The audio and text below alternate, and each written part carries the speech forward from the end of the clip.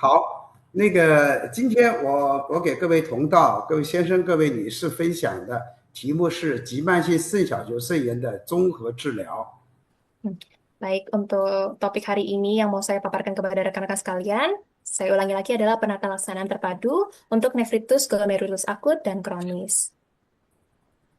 在一个原发性肾小球疾病的临床分型里头，我们一共分成5类，包括一个急性性肾小球肾炎、急性肾小球肾炎、急进性肾小球肾炎、慢性肾小球肾炎、无症状性血尿和蛋白尿和肾病综合征5大类。Jadi selanjutnya untuk klarifikasi secara klinis penyakit glomerulus primer sendiri itu kita ada 5 jenis. Yang pertama adalah glomerulus akut, yang kedua glomerulus nefritis yang dengan progresif yang cepat, yang ketiga adalah glomerulonefritis yang seperti kita tahu ada proteina tanpa gejala. Yang kelima juga ada sindrom nefrotik. 急性肾小球肾炎呢是其中的一类。Nah, kita masuk ke bagian radang ginjal glomerulus nefritis yang secara tiba-tiba atau yang sering kita sebut akut. 我将从下面6个方面来进行介绍。Baik, saya akan menjelaskan dari 6 poin yang akan saya jelaskan di bawah ini.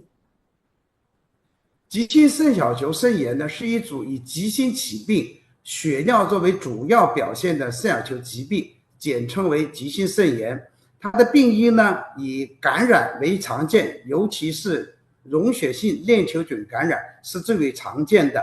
感染途径主要是通过呼吸道、皮肤及消化道等等感染而传播。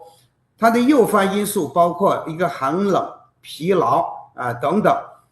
另外一个还有一些是一个遗传因素所导致的，它发病机制主要是链球菌感染后，通过免疫相关的机制引起的肾小球损害。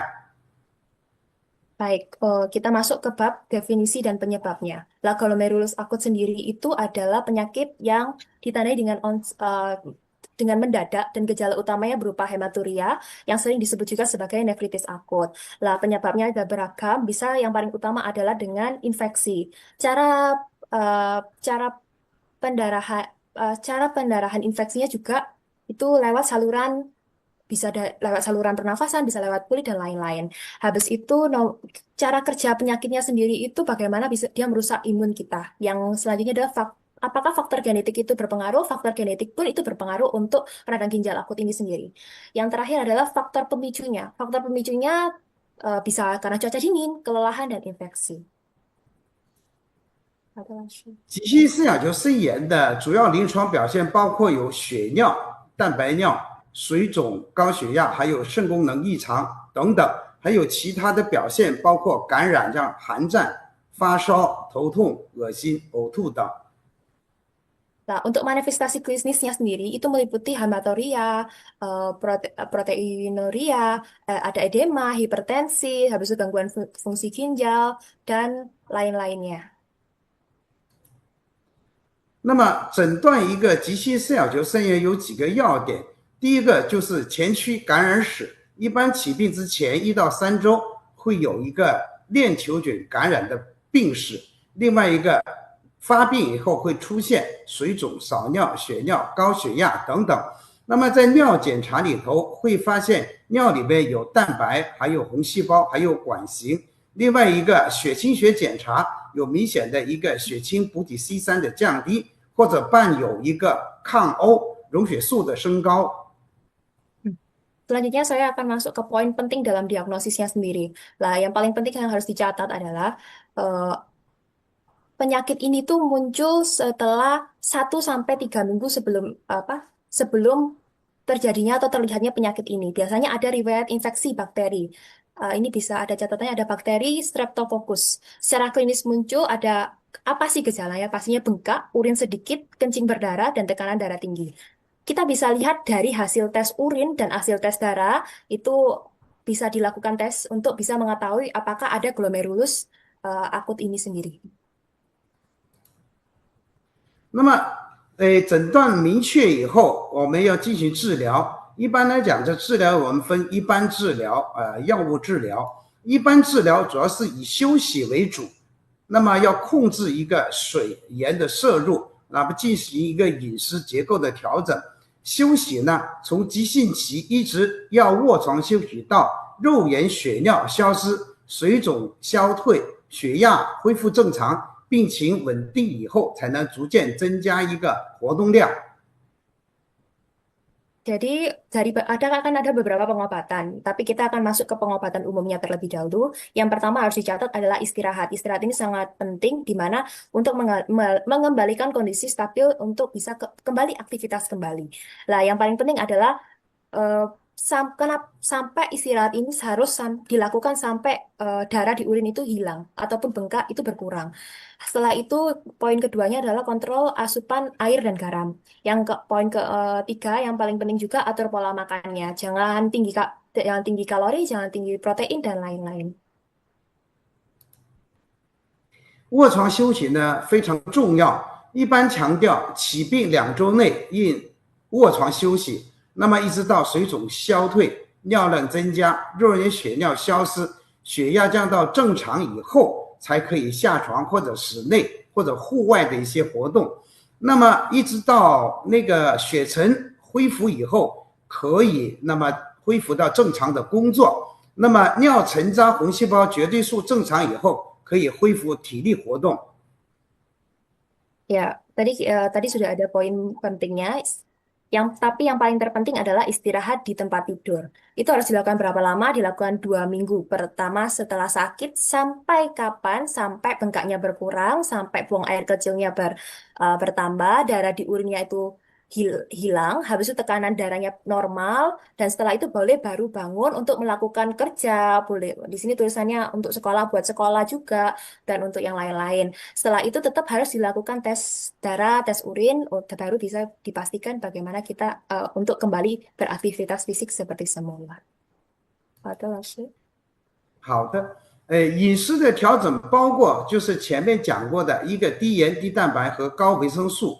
低盐的话，一般我们控制到一天氯化钠的摄入量是在5克以内，包括那个低蛋白饮食，低蛋白饮食我们控制在每天每公斤体重要0.8克以内的蛋白质的摄入，包括饮食结构增加高维生素，适当的脂肪摄入，控制水分，包括一个避免刺激性食物，包括像这些辣椒啊、姜啊、蒜啊这些刺激性食物，这样子来减少肾小球的损害。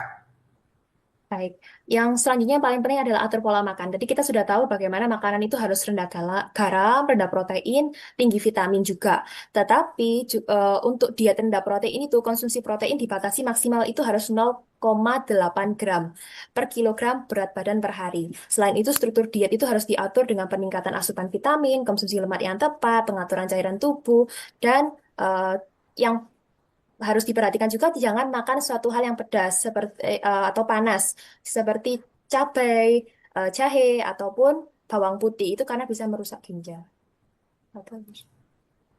好，如果说这个病人里边还存在的一个感染这种情况的话呢，还有一个治疗和预防感染，包括保持一个口腔的清洁呀、呼吸道啊，还有尿路啊、皮肤啊、消化道啊等等。避免的一个交叉感染。Selanjutnya adalah kita masuk ke bagaimana merawat sehari-hari dan pencegahan infeksinya. Lah, yang paling penting adalah kita harus bisa menjaga kebersihan mulut yang kita makan dari mulut, saluran pernafasan kita, saluran kencing kita, merawat kulit kita untuk tidak ada kontak dengan orang lain, saluran pencernaan kita, dan untuk semuanya ini dilakukan untuk menghindari yang namanya tadi infeksi. 在药物治疗方面，主要是采用个对症处理，比如说那个有比较明显的浮肿的，可以采用利尿消肿；血压高的可以采用降压药来控制血压，包括降压药里头选用的一个血管紧张素转换酶抑制剂，或者说是钙通道阻滞剂。那么过来的话，如果还有感染灶存在的话，应当选用适当的抗生素进行抗感染治疗。因为溶血性链球菌的话，一般来讲它是个球菌，那么对头孢二代呀，还有青霉素类呀这一类的抗菌素，它是敏感的我们通常首选的是青霉素，或者说是一个头孢二代类的抗菌素来进行抗感染治疗。Selanjutnya itu kita masuk ke pengobatan dengan cara obat. Ada beberapa poin yang harus kita catat untuk pengobatan dengan obat ini. Lah, yang pertama adalah untuk mengeluarkan air dan mengurangi bengkak. Ini pasien pastinya harus konsumsi obat seperti diuretik. Yang kedua adalah untuk mengontrol tekanan darah. Seperti kita tahu ada mungkin Bapak Ibu kenal ada ACE inhibitor untuk pasien yang memiliki darah tinggi. Jika masih terdapat infeksi juga, itu harus ada terapi antibiotik khusus untuk infeksi yang menyerang glomerulus ini. 抗菌素选择就刚才说，我所讲的，首先第一个就是首选一个青霉素类的，其次可以选头孢素类的，包括一些也可以选大环内酯类的。氨基糖代类的抗生素呢，因为存在一个肾毒性和耳毒性，一般来说不作为首选，特别是在儿童身上要谨慎使用。四环素类的话呢，那么它对儿童的牙齿和骨骼发育呢有影响。一般来讲也不作为一个首选，需要权衡利弊后才能使用。喹诺酮类的药物的话呢，那么它也会影响儿童的软骨发育所以在儿童这一类人群里头应该是禁用的。Selanjutnya yang perlu dicatat adalah pemilihan antibiotik. Ada banyak jenis, ada 6 jenis. Yang pertama ada jenis penisilin yang sering kita tahu. Habis itu ada obat jenis cephalosporin atau obat antibiotik lainnya. Setelah itu ada yang makrolida dan ada yang perlu dicatat adalah yang poin 4 yaitu aminoglikosida. Ini harus hati-hati untuk anak kecil karena bisa menyebabkan gangguan telinga. Dan yang kelima adalah tetracycline juga, itu bisa mengganggu pertumbuhan gigi dan tulang. Jadi dipakaikan seperlunya saja. Yang keenam ada quinolon. Nah, quinolon ini juga tidak baik untuk anak-anak, bisa mengganggu pertumbuhan tulang rawannya. 那么在使用利尿剂的时候呢，应该注意它那个有一些这个副作用，包括一个利尿剂的选择。我们通常选择的利尿剂是以泮利尿剂、噻嗪类的利尿剂为主。那么利尿剂的剂量要根据尿量、水肿的程度以及电解质的情况来去调整剂量一般来讲，利尿剂使用的时机是在限水限盐的基础上边去使用。那么注意防止利尿剂的一个副作用另外要注意利尿剂与抗生素协同的一些作用。Ya, hal penting yang harus diperhatikan pada penggunaan obat diuretik lah. Seperti kita tahu obat diuretik sendiri itu kan berguna untuk mengurangi bengkak, tekanan darah, dan lain-lain. Lah, itu apa yang harus dilihat? Jenis-jenisnya obatnya itu apa ya? Dosisnya itu harus disesuaikan. Kapan obat ini diberikan? Efek sampingnya apa? Dan yang paling penting itu interaksi dengan, apakah ada interaksi dengan antibiotik ini? Seperti itu. 降压药的选择跟原则呢，一个我们可以选择那个降压药，包括一个钙通道阻滞剂、贝塔受体阻滞剂、阿尔法受体阻滞剂等等。那么降压药选择要根据那个患者的年龄、还有血压水平以及肾功能损害的程度来去选择。那么降压药的剂量呢，从小剂量开始，要注意预防降压药的副作用。也可以采用一个降压药的一个联合运用。那么降压药的停药呢，是停药时机呢，是那个患者的血压接近正常时候，那么就可以停药了。Jadi ada beberapa jenis obat untuk menurunkan tekanan darah. Yang pertama ada jenis obat alpha blocker, beta blocker, kalsium blocker. Lah, itu yang harus kita lihat adalah beberapa obat ini tuh harus disesuaikan dengan dengan pribadi pasien sendiri, apa yang cocok. Setelah itu penggunaan obat juga itu dimulai dari dosis kecil, nggak bisa langsung besar, dengan perhatian khusus dari dokter pastinya untuk mengetahui apakah akan ada efek samping atau tidak. Lah, dan yang paling penting juga kapan penggunaan ini sampai selesai, kapan harus berhenti, waktunya itu juga harus dikondisikan. 好，那个一部分病人呢，通过一个休息，还有一个对症处理以后，在疾病可以慢慢缓解到一个痊愈的状态。那么这是急性肾炎里头，那么在原发性肾小球肾炎里头，预后比较好的一类肾炎，也就是这个急性肾炎。但是部分严重的病人的话呢，他经过一个休息或者说对症处理以后，有比较重的肾功能损害，那么当考虑有比较大量的血体形成的时候特别是通过肾穿刺活检证实以后，那么这个时候需要考虑使用糖皮质激素治疗。如果糖皮质激素治疗不佳的话，还可以考虑加用免疫抑制剂，如环利酰胺、环孢素、他克莫司等等。Oke, untuk indikasi penggunaan hormon dan imunosupresan, ya, itu kondisi pasien biasanya dapat membaik secara bertahap hingga sembuh.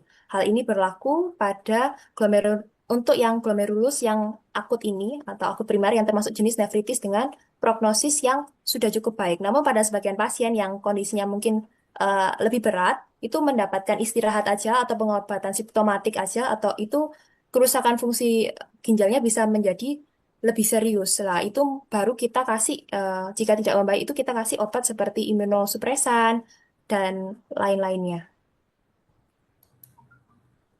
那么在使用激素和免疫抑制剂的时候，应先进行评估。一般来讲，这个评估的流程是这样子：首先是要做一个指征的评估有没有一个使用激素和免疫抑制剂的一个指征。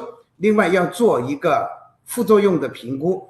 比如说他这个病人里头是否适合用激素和免疫抑制剂，有没有一个禁忌症有没有禁忌症？过来就是做一个疗效的评估，主要是使用激素和免疫抑制剂以后，你要定期监测它的一个治疗效果。Jadi, untuk selanjutnya adalah evaluasi berkala. Apa saja poin yang paling penting ya? Yang pertama adalah evaluasi efektivitas terapinya. Sebelum semua evaluasi ini harus dilakukan sebelum memulai pengobatan. Dan untuk mengetahui alur evaluasi yang baik, pertama lakukan penilaian indikatornya. Pasien ini memerlukan panduan terapi apa tidak. Selanjutnya lakukan penilaian terhadap potensi efek sampingnya. Apakah pasien ini cocok pakai terapi yang kita lakukan, apakah optimal pengobatannya. Yang ketiganya apakah kita evaluasi indikasi klinisnya. Apakah obat ini sesuai, apakah terhadap aktivitas penyakit ini. Selanjutnya evaluasi kontraindikasinya. Apakah eh, kumpulan riwayat penyakit atau nilai risiko infeksinya, atau apakah ada risiko pada penggunaan obat ini sendiri. Habis itu yang selanjutnya adalah evaluasi efektivitas.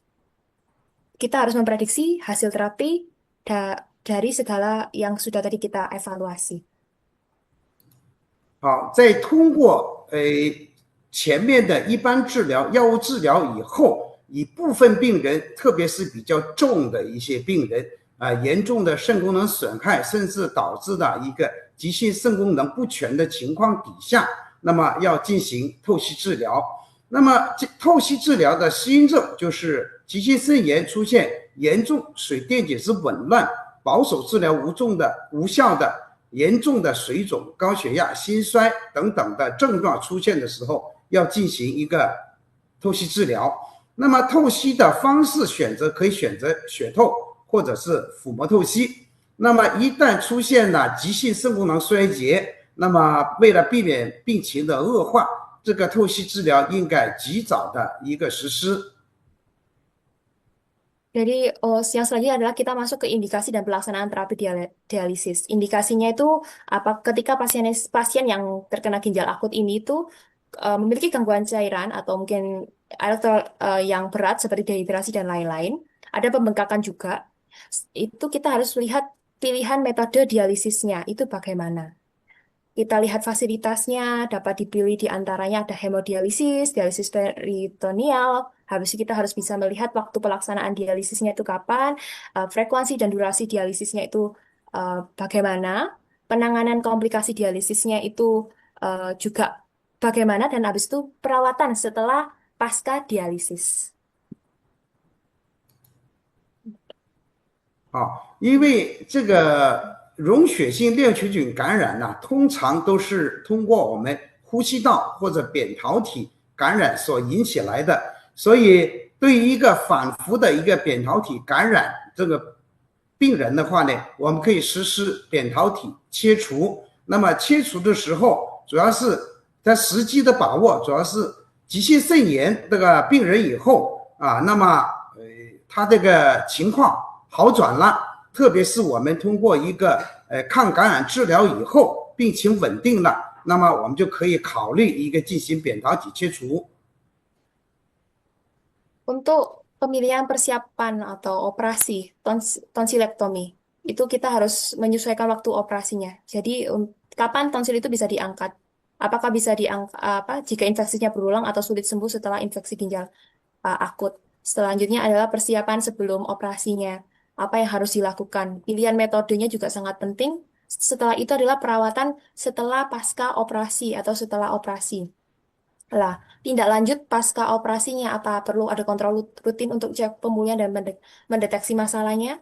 Dan kalau jika imun turun setelah operasi, apakah perlu diberikan terapi pengganti imun. Jadi semuanya ini tetap harus uh, kita lihat setiap poinnya dan kita perhatikan. 在中国呢，除了前面我们这个三部分的治疗之外，有一个非常好的一个传统医学的，中医中药的一个治疗。那么这个一般来讲的话呢，中医中药治疗这个话，我们要进行辨证论治。那么这种辨证论治呢，急性肾炎呢，我们把它分成了四大类型。Jadi dari sistem pengobatan sendiri yang paling menarik ada di pengobatan prinsip diagnosis dan pengobatan berdasarkan diferensi dalam pengobatan tradisional Tiongkok atau kita tahu Zhongyi atau TCM ya. Ada empat pembeda atau sindrom yang perlu kita lihat. 第一个就是风热型的，以清热解毒为主。那么用的一个主方主要是以银翘散配合清热利湿药物治疗为主。第二类型呢是湿热型的，那么主要是以清热利湿为治则，治疗的药物以八正散配合利尿通淋药物治疗为主。第三类型的是脾虚型的，主要是健脾益气，以四君子汤和配合健脾化湿药物治疗为主。第四类型就是肾虚型的，那么主要是实施补肾固本，以六味地黄汤为主，配合滋阴补肾的药物来进行治疗。对不起，老师，这是最后一面的那个八胜固，对，八胜固本六味的地黄丸和什么？对不起，六味地黄丸跟这有六味地黄丸吗？老师，刚刚有点卡。对，就是第四是肾虚型的，主要是实施的是补肾固本，以六味地黄丸配合滋阴补肾的药物治疗为主。哦，好的，老师，谢谢。Baik, sekarang kita masuk ke sindrom. Sindrom pertamanya adalah sindrom angin panas, di mana prinsip terapinya adalah menghilangkan patogen panas itu sendiri. Resep utamanya mungkin mohon dicatat karena ini pakai bahasa Mandarin ya Bapak Ibu, yaitu Injiaoshan. Jadi obat ini seperti prinsipnya adalah membersihkan panas dan menghilangkan lembab. Yang kedua ada di sindrom lembab panas, prinsip terapinya membersihkan panas dan menghilangkan lembab. Dicatat lagi untuk resepnya Pacengsan, di mana bisa dipadukan dengan obat diuretik dan anti peradangan saluran kemih. Yang ketiga yaitu sindrom Pisusing, yaitu atau limpa defisit. Cara menterapi sindrom ini adalah menguatkan limpa dan menambahkan energi Qi. Dicatat lagi untuk obatnya yaitu Yi Shi Zun Zhi Tang. Jadi obat ini bisa menguatkan limpa dan menghilangkan lembab. Yang keempat itu ada uh, mohon maaf, sindrom defisiensi ginjal. Nah, di sini cara prinsip terapinya adalah memperkuat ginjal dan fondasi tubuh atau akar. Untuk herbalnya ditulis Liu Wei Di Huang Wan. Nah, ini dipadukan dengan obat untuk menutrisi yin dan memperkuat ginjal. Ada terapi gabungannya juga. Oh, 等一下老师，嗯，我还没就是mengobati yang paling untuk terapi gabungan ada yang pertama mengobati gejala dan akar penyakitnya, yang kedua adalah menyeimbangkan yin dan yang ketiga memperkuat tubuh untuk mengusir patogen. 好的，老师可以继续，谢谢。好，谢谢。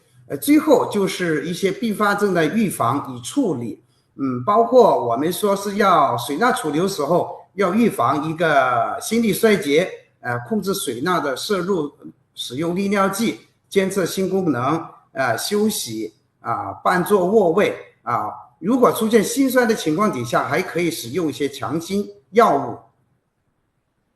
Oh, untuk pencegahan dan pengamanan untuk resistensi air natrium dan gagal jantung, itu yang pertama kita harus batasi, paling penting batasi asupan air dan garam. Gunakan obat diuretik yang tepat, pantau untuk fungsi jantung secara rutin, atur waktu istirahat dan aktivitasnya. Gunakan posisi setengah duduk untuk posisi untuk mudah bernafas dan kurangi beban di jantung. Setelah itu, yang terakhir, gunakan obat untuk menguatkan fungsi jantung. Tapi ini dilakukan jika perlu saja. Terima kasih. 好，那么在出现一个急性并发症的时候，比如说像高血压、危象的时候，这是需要进行紧急处理的，包括我们要静脉给药，迅速降压。那么在降压过程当中，要密测监测好血压，去除诱发的因素，以求保护好把器官。Untuk penanganan darurat klinis hipertensi, kita harus melihat bisa memberikan obat lewat infus, bisa juga kita harus bisa menurunkan tekanan darah dengan cepat untuk mencegah kerusakan pada organ. Pantau tekanan darah secara ketat juga.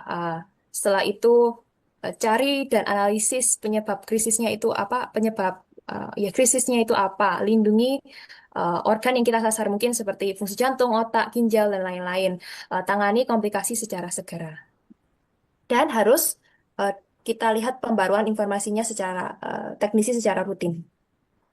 好的，老师可以。好的，谢谢。最后这个病人症状缓解以后，我们要进行一个